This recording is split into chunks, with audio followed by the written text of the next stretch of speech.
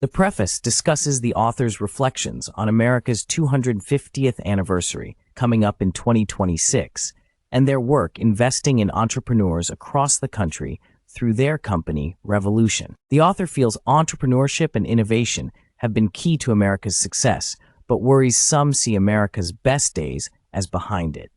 They want to spread entrepreneurial opportunities nationwide. The author was born in Hawaii in 1958, the year it became a state.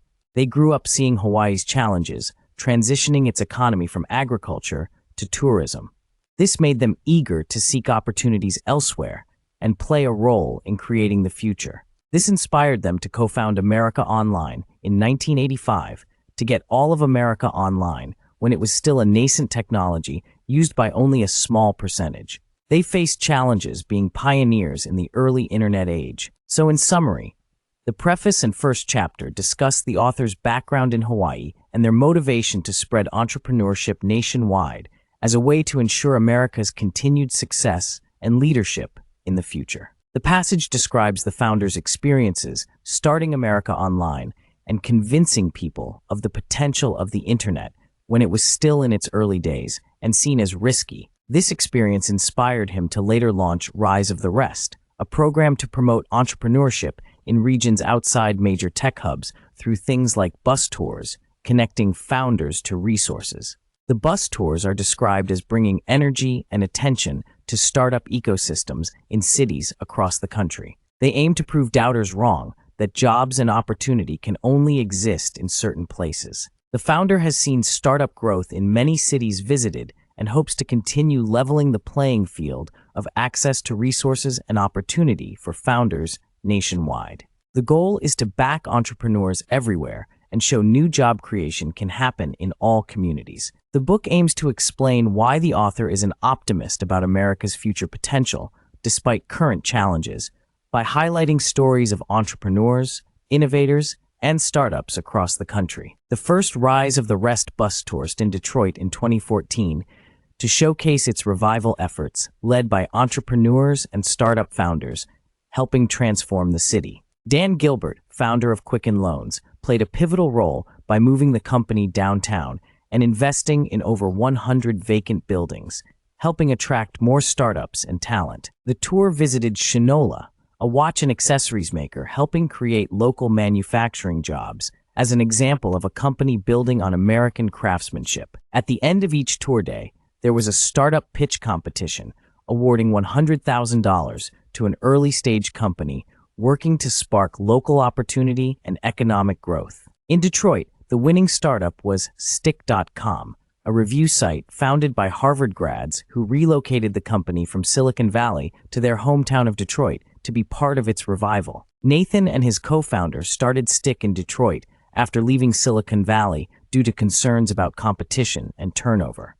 Detroit offered stability, talent, and less competition. Shortly after winning a startup competition, Nathan learned that social media platforms would stop allowing access to user connection data, which was crucial to Stick's business model. This threatened to shut the company down. Faced with this challenge, the founders realized they had to pivot their business quickly. Being in Detroit helped because the community rallied around them and wanted to save local jobs, unlike Silicon Valley, where the attitude is often to fail fast. They launched a new concept called Waymark, focused on video marketing tools. This relaunch was difficult.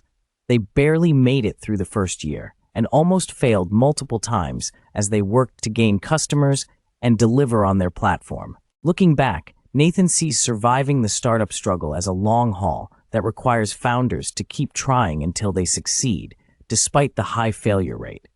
His experience highlights the reality of building a startup versus the myth of easy success. Within a year of launching Rise of the Rest, Revolution realized they needed to do more than just pitch competitions to truly support communities and companies outside Silicon Valley. Mayors and entrepreneurs in Rise of the Rest cities consistently expressed a need for more investment capital and connectivity to fuel growth. They appreciated the publicity and connections from the bus tours, but needed serious investment to achieve their goals. In response, Revolution launched the first $150 million Rise of the Rest seed fund in 2017 to provide more investment capital to rising cities and help attract other investors. Notable early backers included Dan Gilbert. The fund helps credential and raise visibility for companies as they attract talent, customers, and investors. It aims to build the type of network density that contributed to Silicon Valley's success. Revolution assembled an impressive group of iconic entrepreneurs, investors, and leaders to support Rise of the Rest and make investing in these communities more credible and attractive. Since launching the first fund, followed by a second $150 million fund in 2019, Revolution has invested over $200 companies across more than 100 cities. The goal is to build disruptive companies that solve big problems. Revolution strives to invest in startups across the country to support entrepreneurship. It can be difficult for entrepreneurs to get funding, so Revolution aims to be the investor that believes in their ideas. When Revolution goes to different cities, they try to get local investors involved who care about their community's futures. Many local investors have been reluctant to fund startups themselves. Revolution explains why investing in startups is good for creating jobs and economic opportunities in the area. Their presence often inspires local investors to take another look at funding local entrepreneurs. Over the next decade, the article predicts that many of the most successful startup companies, worth billions and creating many jobs, will come not just from Silicon Valley, but from cities all across the U.S. Regional venture capital firms are helping back startups in their local areas. While Silicon Valley will still be important, the sources of startup funding and success are becoming more geographically diverse. For local venture firms like KC Rise, based in Kansas City, there is a special dynamic when investors are committed to local prosperity and startups winning. Founder Darcy Howe was an angel investor in the area for 25 years and started KC Rise to provide early funding. KC Rise provided seed funding to Backlot Cars, an online used car auction platform based in KC. Being local, KC Rise was able to connect Backlot Cars to other venture firms to help them raise additional funding and accelerate growth. This eventually led to one of the largest startup acquisitions in KC history. Having local funds like KC Rise involved can make a difference for startups by providing an important local validation, engagement, and support through challenges. The fund's local connections also help the startup connect to other outside investors. Here are the key points about building a tech ecosystem from the passage. Successful tech startups can help create momentum and attract more talent and investment to a city, as ExactTarget did for Indianapolis by getting acquired for $2.5 billion.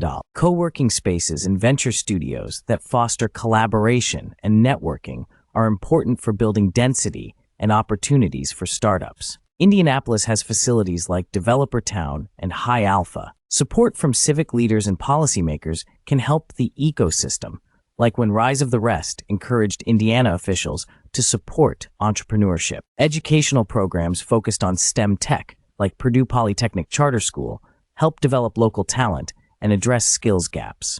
Successful founders who reinvest in the community by mentoring and funding new startups play a pivotal role, like ExactTarget co-founder Chris Baggett advising Megan Glover on 120 Water. Having visible success stories that address important problems can inspire more impact-driven entrepreneurs, as 120 Water's water testing kit did by responding to the Flint water crisis. So in summary, the key is cultivating density and collaboration through spaces, attracting investment and talent with success stories, engaging civic support, developing tech skills, and empowering local mentors and founders. Megan's company, 120 Water, has grown significantly since winning a Rise of the Rest award, raising $7 million in funding and hiring over 100 people as it expands nationally. She is recruiting alumni of companies like Apple and Twitter who want to return to Indiana for the startup opportunities and affordable living while still having an impact. Successful tech ecosystems involve connections between startups, investors, universities, government support, large companies, startup organizations, and local media. These spokes work together to support innovation. Large company acquisitions like ExactTarget and Duo Security have benefited their local ecosystems by staying in Indy and Ann Arbor after acquisitions. Government programs provide funding and incentives to attract entrepreneurs and growing companies. Universities are major sources of innovation through initiatives like Duke's Innovation District. Local startup founder Lindsay Chepkema worked with the High Alpha Venture Studio in Indy to launch her B2B video podcast platform, Casted, finding support from the local ecosystem. Lindsay left her secure job to start Casted, a startup providing an online platform for professional headshots, video profiles, and other services. This was a risky move with 3 young kids at home. She felt passionately about the idea and didn't want someone else to pursue it. Casted's potential was recognized in 2019 when it raised a Series A funding round. The pandemic caused humanizing services like Casted's to be in high demand. The company's revenue and customer base skyrocketed in 2020, allowing them to grow from 10 to 42 employees and transition to a hybrid work model. Lindsay sees connecting people as core to any business. By making the company more human-centric, customers will trust it more. Her goal is to infuse this understanding into Casted's business model. There was growing interest from successful entrepreneurs who wanted to join the Startup Bus Tour to local communities across the country. Many remembered having to leave their hometowns to go to places like Silicon Valley to build companies, but now saw opportunities to do so locally with support from investors on the tour. Bill Reddy, the former COO of PayPal and now president of commerce at Google, joined the tour stop in Louisville, Kentucky, where he grew up. He encouraged local aspiring entrepreneurs, saying innovation isn't limited to places like Silicon Valley, and it's easier than ever to solve problems and start companies locally. One stop was the Muhammad Ali Center in Louisville, which promotes Ali's principles of confidence, conviction, dedication, giving, respect, and spirituality, principles relevant for any entrepreneur. A famous Ali quote about not letting small issues get in the way was also noted. In Madison, Wisconsin, local entrepreneurs like Scott Resnick were working to develop the startup ecosystem through groups like Capital Entrepreneurs and the development of a co-working space called Starting Block to support startups. Groups like the Chamber of Commerce also got involved to help startups connect with investors. The ecosystem has grown significantly from just a few local founders. Strong collaboration between startups and clustering of people and resources in ecosystems is important for networking, collaborating, and serendipitous connections that can help startups succeed in their early days. Different cities try different approaches to achieving this network density. The passage describes how co-working spaces or innovation hubs have served as engines of transformation for often neglected city centers. It provides 3 examples of such hubs that have helped revitalize their communities. 1. Titletown Tech in Green Bay, Wisconsin, a collaboration between the Green Bay Packers NFL team, Microsoft, and local entrepreneurs to create a technology and entrepreneurship center. 2. An innovation district in Phoenix, Arizona, spearheaded by Arizona State University President Michael Crow and Phoenix Mayor Greg Stanton to revive a formerly abandoned warehouse district. 3. Over the Rhine's Union Hall in Cincinnati, Ohio, which helped revitalize a once dangerous neighborhood through the dedication of civic and business leaders to bring stakeholders together through a redevelopment project. In all cases, these co-working spaces functioned as gathering places for entrepreneurs, providing a density of networks and resources that helped foster startups and economic development in their cities. Chattanooga TN is emerging as a notable startup hub despite its small size, in large part due to its smart grid and fiber infrastructure that provides ultra-fast internet access across the city. This earned it the nickname Gig City. Former Mayor Andy Burke helped spur momentum through initiatives like creating an innovation district and supporting developments like the Tomorrow Building co-working space. Craig Fuller coined the term Freight Alley to describe Chattanooga's focus on logistics and freight startups, building on existing industry strengths in the city. His family has deep roots in the trucking industry. Fuller launched FreightWaves, a freight logistics startup in Chattanooga, to take advantage of the local talent pool and tap into the respected logistics industry. The high-speed internet and focus on industries like logistics have made Chattanooga an attractive location for tech companies and startups compared to larger, more expensive cities. Initiatives like the Innovation District and Tomorrow Building also help attract and retain talent. Carter Malloy grew up on a farm in Stuttgart, Arkansas, and developed a love for the farming community. He later worked for a hedge fund in San Francisco, investing in farmland. However, he found the market to be highly fragmented, with a lack of transparency, liquidity, and access. This inspired Carter to start his own farmland investment fund to help modernize and improve the system. He spent a year researching and creating a business plan with help from his father and friends. His goal was to launch a fund that brought more capital and technological innovation to the multi-trillion-dollar farmland asset class, which had largely been neglected compared to other real estate markets.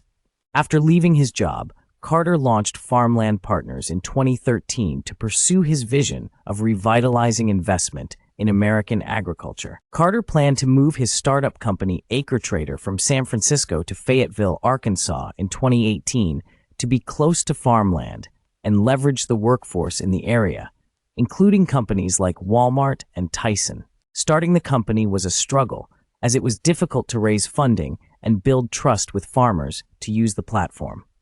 However, Carter's local roots in Arkansas helped build credibility. By moving to Arkansas, AcreTrader was eventually able to raise over $50 million, becoming one of the best capitalized startups in the state. This has helped change perceptions about startup opportunities in Arkansas. Carter believes his success in attracting talent from other cities to work for AcreTrader in Arkansas shows the potential of the area.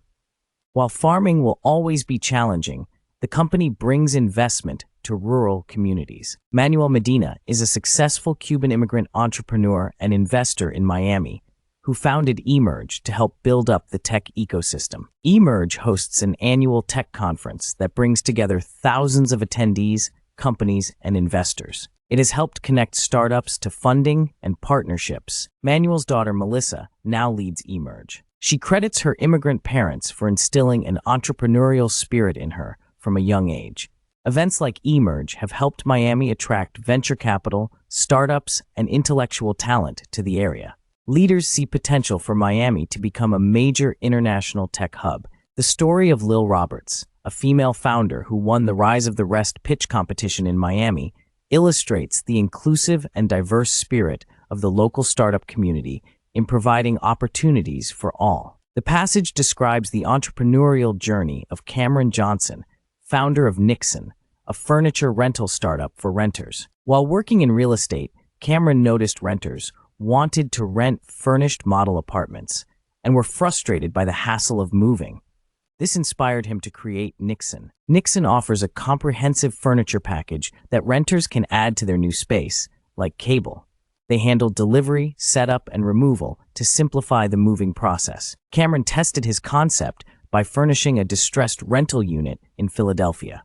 It quickly rented for $500 more per month, validating his idea. He launched Nixon in Dallas with support from the Entrepreneurship Center. He pitched at Rise of the Rest and won $100,000 in funding, validating his concept further. Since then, Nixon has grown rapidly, solving the hassles of moving for renters by providing fully furnished temporary housing through a subscription model. Caraloop is a startup based in Dallas that provides technology-enabled caregiver support services. It was founded by childhood friends Michael Walsh and Steven Thiesfeld. They originally considered several locations, but were drawn to Dallas after attending a conference there and finding the culture of support for entrepreneurs to be very welcoming. The company has pivoted its business model over time based on market feedback. It now focuses on pairing caregivers with licensed care coaches who provide long-term support. Starting a company was a struggle financially for many years, with the founders living on very low incomes.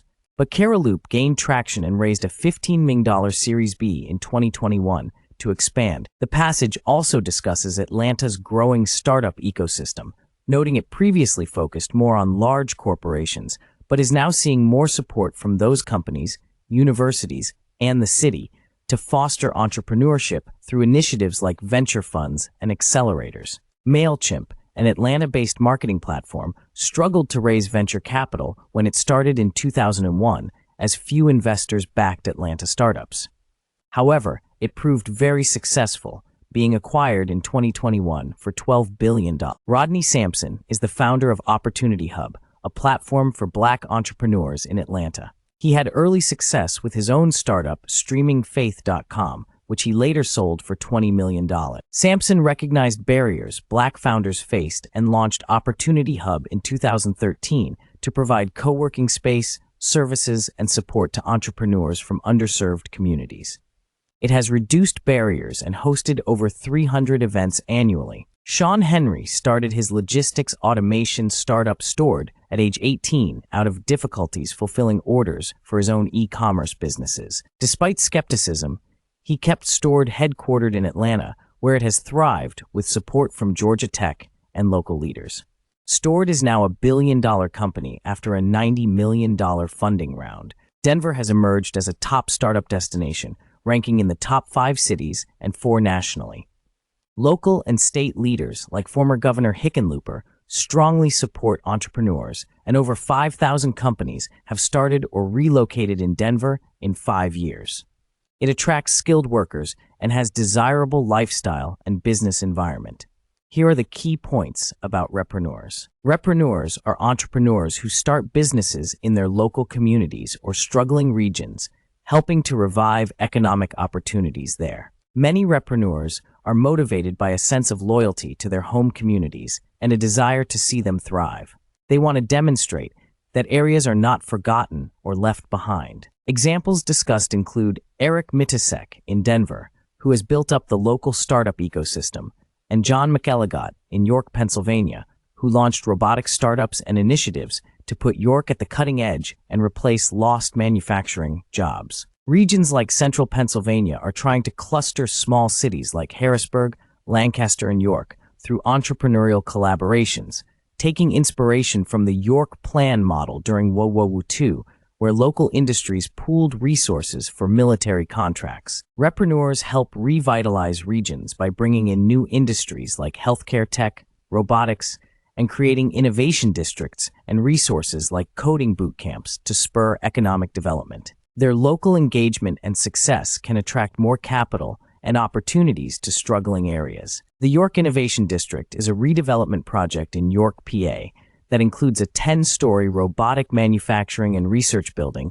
as well as residential, retail, and parking space. The goal is to create an innovation hub for robotics companies in York, which already has some foundations like an incubator and media support. Other entrepreneurs have found success from Central PA as well, like the billionaire founder of Shift4 Payments, Jared Isaacman, who is based in Allentown. York aims to replicate the successful transition of Pittsburgh from a steel town to a tech hub.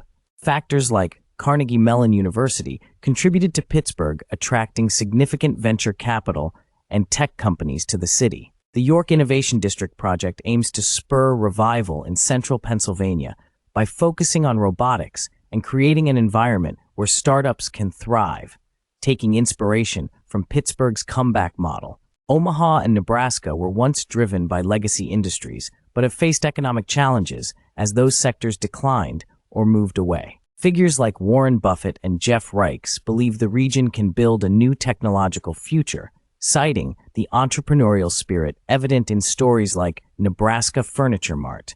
Reichs has supported the startup ecosystem through his foundation and the University of Nebraska. The university is growing tech programs and facilities like the Innovation Campus. Places like Omaha lacked early-stage capital for startups, but groups like Nebraska Angels have helped fill that gap by investing over $120 million in 60-plus companies. A startup like Huddle received large later-stage funding, showing local success is possible. The Rise of the Rest tour aimed to connect startups between Lincoln and Omaha, just an hour apart, and found a welcoming community open to collaborating. The winner of the Nebraska Pitch Competition was LifeLoop, an app helping families connect with elders in care facilities.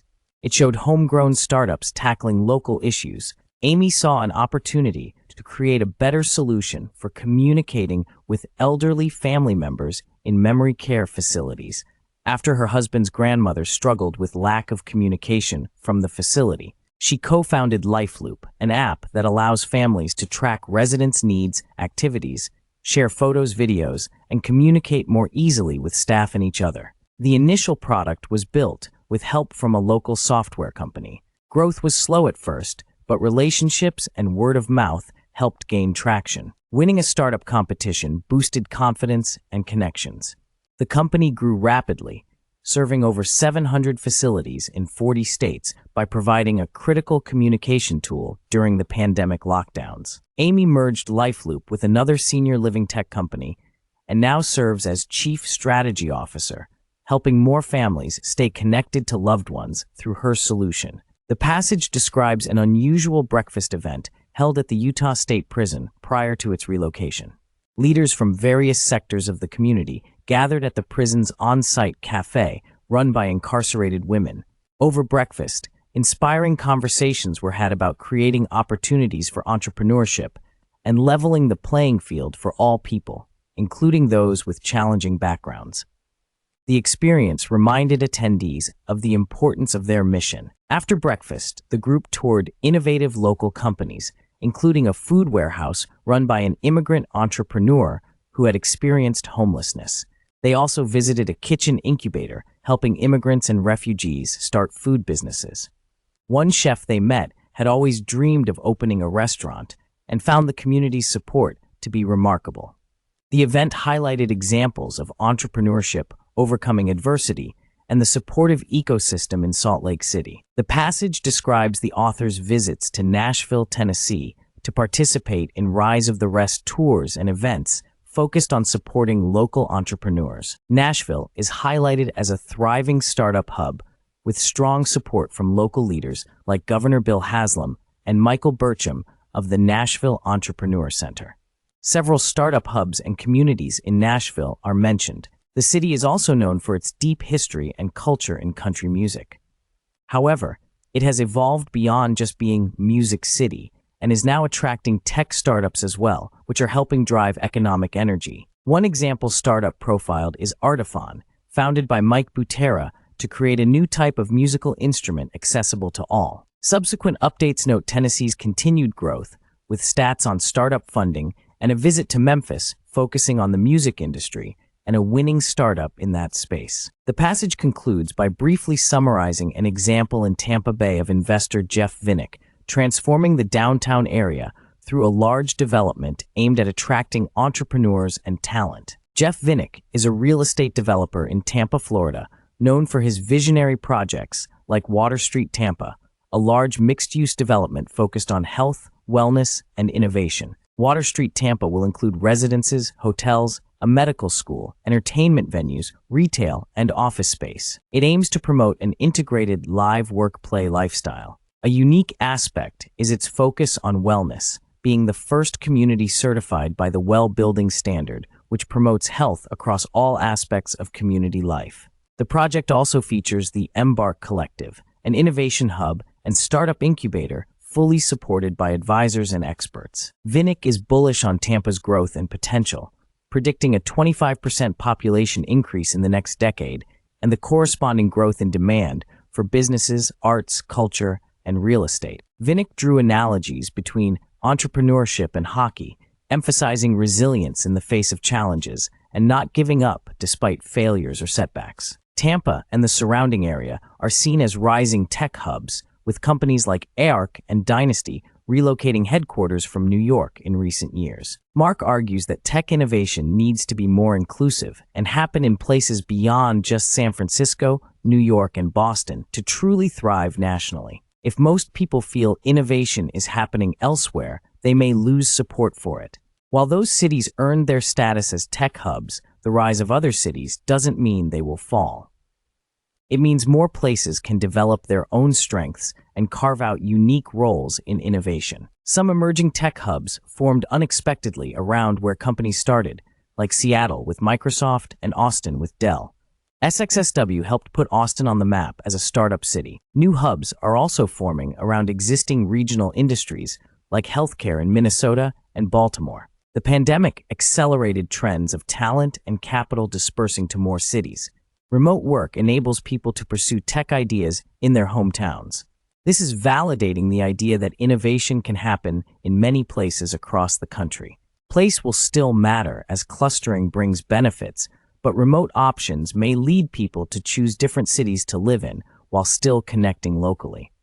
The pandemic is accelerating opportunities for startups beyond the major coastal tech hubs. The COVID-19 pandemic accelerated the adoption of several technologies and trends like telehealth, e-commerce, online education, and remote work. Many expect these changes to remain permanently even after the pandemic ends. Schooling shifted to remote learning during lockdowns, fueling the growth of edtech startups. Companies like Pear Deck and Class Technologies saw huge growth to address this need. Institutions like the Smithsonian increased their digital offerings to still engage with the public when physical locations were closed.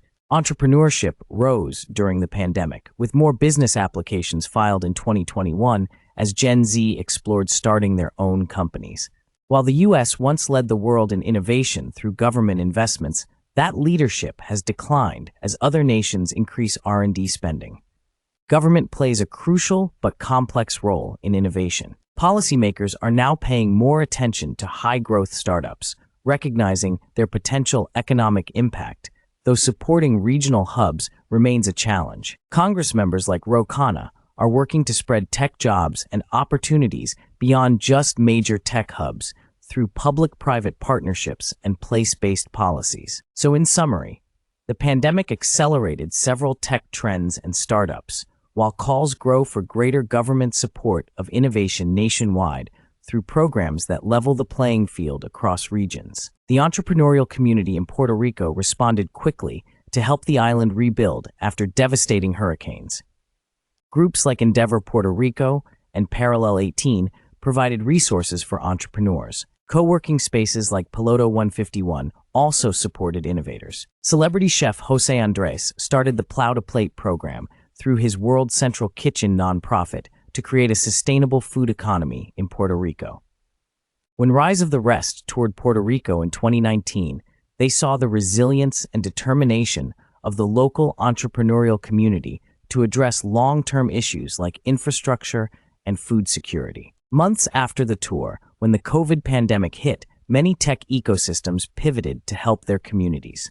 Groups in Puerto Rico and elsewhere demonstrated how entrepreneurial initiatives can aid disaster recovery and crisis response through collaboration. Minneapolis has a growing startup ecosystem supported by leading venture firms like Revolution, Bessemer Ventures, and early-stage funds like Matchstick Ventures. There are nearly 30 startup accelerators in the state, like Techstars programs focused on areas like healthcare, food and agriculture, and insurance. Forge North also provides support. Large Minnesota corporations like United Health, Target, Best Buy have programs to support startups. In 2020, the Coven co-working space quickly adapted to the pandemic by launching the popular Fix It Fridays virtual event series for entrepreneurs. After George Floyd's murder, the Coven used its space to collect and distribute hundreds of thousands of dollars worth of emergency goods for those affected by the protests, embodying its mission of community support. The crises of 2020 tested Minneapolis' resilience, but also led to rallying community support efforts. At the start of the pandemic in 2020, Airbnb saw a collapse in bookings as travel came to a halt. CEO Brian Chesky quickly pivoted the company's focus to longer-term rentals for people working remotely. Chesky set aside $250 million to support hosts who had lost bookings. Airbnb went public that year with a successful IPO valuing the company at over $50 million. During this time, Chesky realized Airbnb's model had expanded beyond short-term vacation rentals to accommodating remote work and living. In 2021, Chesky spoke at an event discussing post-pandemic work trends. He predicted more long-term flexible and remote work options as companies compete for talent. This could decentralize tech hubs beyond just Silicon Valley. Remote work accelerated existing trends of venture capital and startups growing outside major cities. Data showed a rise in regional VC firms and non-coastal cities receiving more funding. Many companies plan to retain remote work policies long-term. This unbundling of work and location could continue the rise of tech ecosystems across the country as companies recruit talent based more on mission than physical office location. Cities are now competing to attract new residents by offering programs like Tulsa Remote that pay people to relocate. Over 1,300 people took part in Tulsa's program. In general, people are moving from expensive cities to more affordable ones, and from dense areas to less dense places, putting pressure on expensive cities to improve affordability and livability. Three types of areas are poised to benefit from this great reshuffle: affordable and dynamic mid-sized cities, Zoom towns that offer amenities and were previously vacation spots, and suburban areas outside large cities that are now viable for occasional commutes. Livability factors like music scenes, sense of community from projects like trails, and startup ecosystems could help attract talent. The ability to work remotely gives people more options to consider quality of life. Cities and programs offering relocation incentives are effectively competing for new residents and the talent they bring in this new remote working environment. Those that can provide affordability and livability are positioned to attract mobile workers. The pandemic accelerated some trends, like more sustainable lifestyles and moving away from expensive coastal cities to other parts of the country. It also led many people to rethink their jobs and locations. With more remote work options, people had more flexibility in where they live and work. This created opportunities for non-coastal, rise-of-the-rest cities to attract talent. However, the existing housing models were not well suited for this new flexibility and remote work. More flexible, short-term housing options were needed. A startup called Quick helped address labor shortages by providing an on-demand staffing platform for industries like hospitality. They faced challenges during the pandemic, but were then well-positioned as labor shortages worsened. Immigration is important for America's innovation and economic growth. High-skilled immigrants start businesses and create jobs. Reports showed immigrants contributed over $1 trillion to local economies and over $400 billion in taxes across major U.S. cities. Comprehensive immigration reform has been slow to pass. The passage discusses the need for greater diversity and inclusion in venture capital and entrepreneurship ecosystems. It notes that currently only around 1% of venture capital goes to Black founders. It describes the economic development pyramid proposed by Rodney Sampson and Del Jeans, which outlines the various stages and support needed for entrepreneurs, from early exposure and skills development to wealth and job creation. During the 2020 racial justice movements, the authors Rodney and Adeo recognized an opportunity to leverage their Rise of the Rest platform to explicitly showcase and invest in Black founders. They announced an ambitious virtual events plan called the Rise of the Rest Virtual Tour, Equity Edition, which included a $2 million investment pitch competition for Black founders and commitments to connect winners with prominent investors nationwide. The goal was to help level the playing field for diverse founders and investors. Courtney and Ty Caldwell launched ShearShare in 2017 to address the changing hair care industry. Ty had decades of experience as a barber cosmetologist and noticed clients were loyal to stylists, not salons. ShearShare allows stylists to rent salon space by the day week rather than long-term contracts. This provides flexibility for stylists and fills empty salon chairs. The couple bootstrapped ShearShare from their home in McKinney, Texas, rather than move to Silicon Valley. They entered Rise of the Rest and won $250,000 in 2018 for their pitch. ShearShare now operates in 900-plus cities nationwide, managing over $90 million in salon barbershop assets. It connects stylists directly with clients while also keeping small businesses open. The Caldwell's story demonstrates non-traditional founders can succeed with passion and a solution addressing real industry needs, growing their business from Middle America. The passage introduces Courtney Caldwell as the co-founder of ShearShare, a service that helps customers find local Black-owned barbershops and salons. Courtney sees her work as a way to empower other women entrepreneurs and help the communities she serves. She notes the lack of Black women who have raised over $1 million in venture capital funding. Courtney says her goal is to encourage other people, especially women, to pursue their entrepreneurial dreams by sharing her own story of success in founding ShearShare. She wants to give others the oomph and gumption to take the leap into entrepreneurship. Her work is motivated by a deep sense of purpose in making the world better, particularly for African Americans. Being a Black married founder is an important part of that mission. Jonathan Webb grew up in Kentucky, seeing the negative impacts of coal job losses. He got a degree from University of Kentucky and worked in solar energy in D.C. He came up with the idea of large-scale indoor farms after learning about high-tech greenhouses in Europe that yield 30x more produce using little chemicals. Webb founded AppHarvest to build giant greenhouse farms in eastern Kentucky to grow tomatoes and other crops locally and sustainably. His first farm in Morehead, KY, is one of the largest in the world. It ships tomatoes to major grocery chains, creating local jobs. Webb is fundraising and expanding to more farms, aiming to diversify crops and bring economic opportunity back to the region. He sees his mission as addressing the connected challenges faced by rural communities and creating a renaissance through sustainable agriculture technology. Webb is succeeding in turning the problems of coal country into an opportunity for the future. Cultured Decadence is a startup based in Madison, Wisconsin that produces cultivated lobster meat by growing lobster cells in a lab. This avoids harvesting wild lobster. Founder John Pattison was inspired to explore alternative proteins after trying a plant-based burger while in business school. He realized cell-cultured meat had potential, but hadn't been commercialized yet. John moved to the Bay Area to work for a cultivated meat company where he met co-founder Ian Johnson. They decided to focus on lobster due to threats from climate change, like rising ocean temperatures. Producing lobster meat from cultured cells allows for more sustainable and affordable lobster compared to the traditional method of wild harvesting.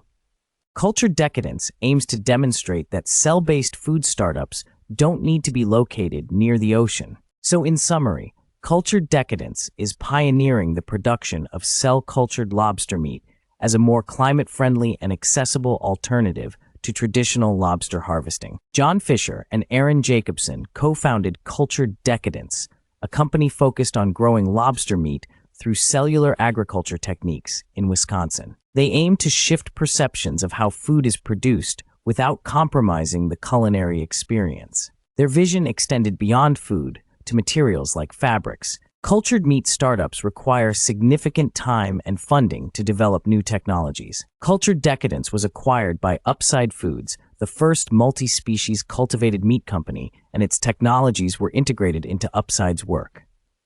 Upside maintains a presence in Wisconsin. The acquisition is a common outcome for early-stage startups as they work to advance technologies that can take years to mature. Upside aims to continue Cultured Decadence's work at a larger scale. Innovation in America throughout the 20th century was geographically distributed, tied to local advantages. Inventors like George Washington Carver did research in the South, the Wright brothers launched their first flight in North Carolina, and Henry Ford built his automotive plant outside Detroit. However, women innovators were often overlooked. The passage argues that innovation is an inherent American quality, but equal access to its benefits has been lacking. Now, in the 21st century, there is an opportunity to realize the nation's full innovative potential through geographic equity and collaborative networks across cities and regions.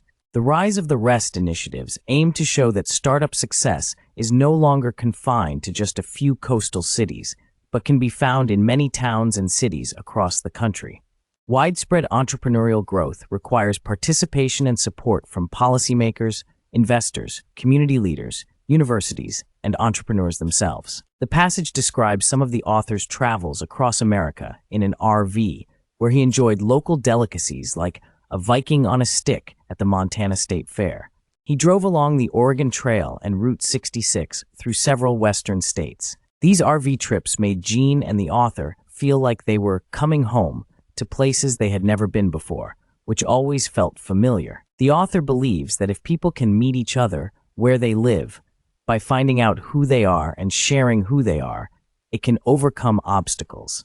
And giving everyone with a new business idea a way to pursue it, no matter their background, is what will ensure America remains pioneering and entrepreneurial. There is something special about the American spirit of possibility and focus on the future. The author is reminded of this when celebrating Independence Day with people from all backgrounds coming together to watch fireworks displays. In conclusion, The author looks forward to America's 250th birthday celebration in 2026 and hopes many people will be there to celebrate the continued optimism for the country's future. Here is a summary of the key points from the provided text. Charleston, South Carolina, has government partnerships and investments to support startups and entrepreneurs. Chattanooga, Tennessee, has a geographical opportunity around its freight alley and has implemented a smart grid system. Cincinnati, Ohio, sees entrepreneurial activism from small businesses and has undergone revitalization. Columbus, Ohio, has the Idea Foundry, which supports the regional startup ecosystem. It also has regional venture capital firms. Celudot is a startup in Louisville, Kentucky, located within the city's growing tech ecosystem. Memphis, Tennessee, hosts a pitch competition that supports its startup culture. Nashville, Tennessee, has a strong entrepreneurial culture, supported by organizations like the Nashville Entrepreneur Center. Omaha, Nebraska, benefits from legacy and ongoing investments that support its regional startup ecosystem and Middle America innovation, as seen through organizations like the Nebraska Furniture Mart. Miami, Florida, hosts pitch competitions that are part of its growing startup ecosystems centered around industries like gaming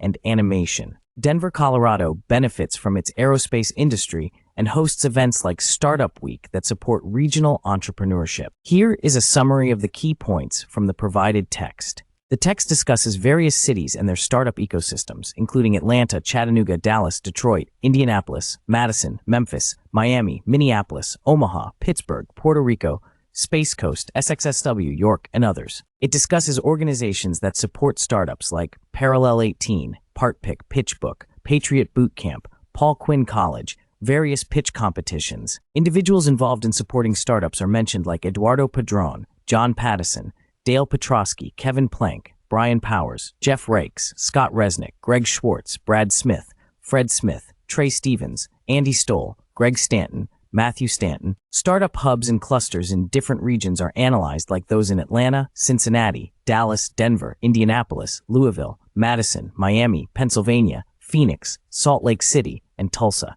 Broader topics covered include placemaking, racial justice, talent boomerang, technology convergence, government engagement in innovation, and developing a more sustainable nation.